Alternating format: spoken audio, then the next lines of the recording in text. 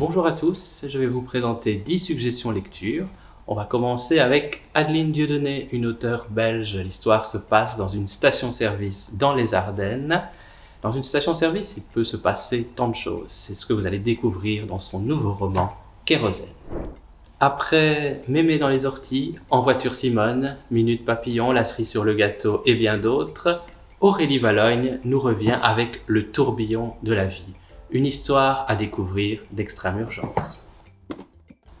Que diriez-vous d'un thriller? Mais pas n'importe quel thriller. Un thriller qui nous parle de notre société actuelle. Il va y avoir du suspense, de la manipulation. Alors n'hésitez pas à découvrir Bernard Minier et son nouveau titre, La chasse.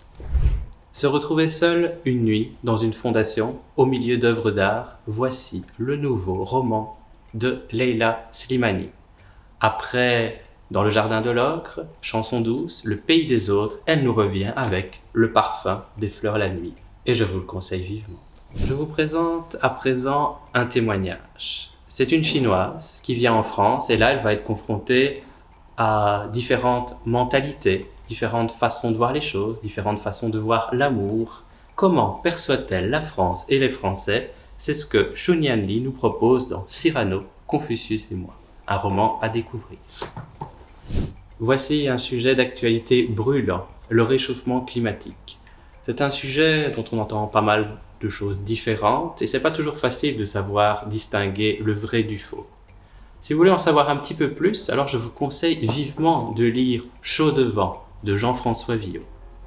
Je vous propose à présent un sujet de psychologie, l'hypersensibilité, avec Fabrice Midal, qui est un philosophe français et qui nous revient avec un nouveau livre, Suis-je hypersensible? Si vous vous sentez parfois différent, vous vous sentez comme un extraterrestre, vous avez des émotions très contrastées, vous avez plein de pensées qui vous viennent à l'esprit, eh bien vous avez peut-être un don, celui de l'hypersensibilité. Si vous voulez en savoir plus sur ce sujet, je vous invite à lire Suis-je hypersensible de Fabrice Midal.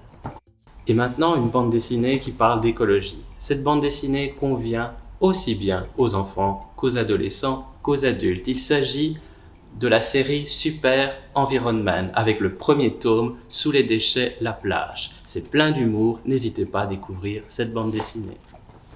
Voici le deuxième tome du Château des animaux. Après le premier tome Miss Bangalore, voici les Marguerites de l'hiver. Une BD vraiment super intéressante à découvrir d'extrême urgence.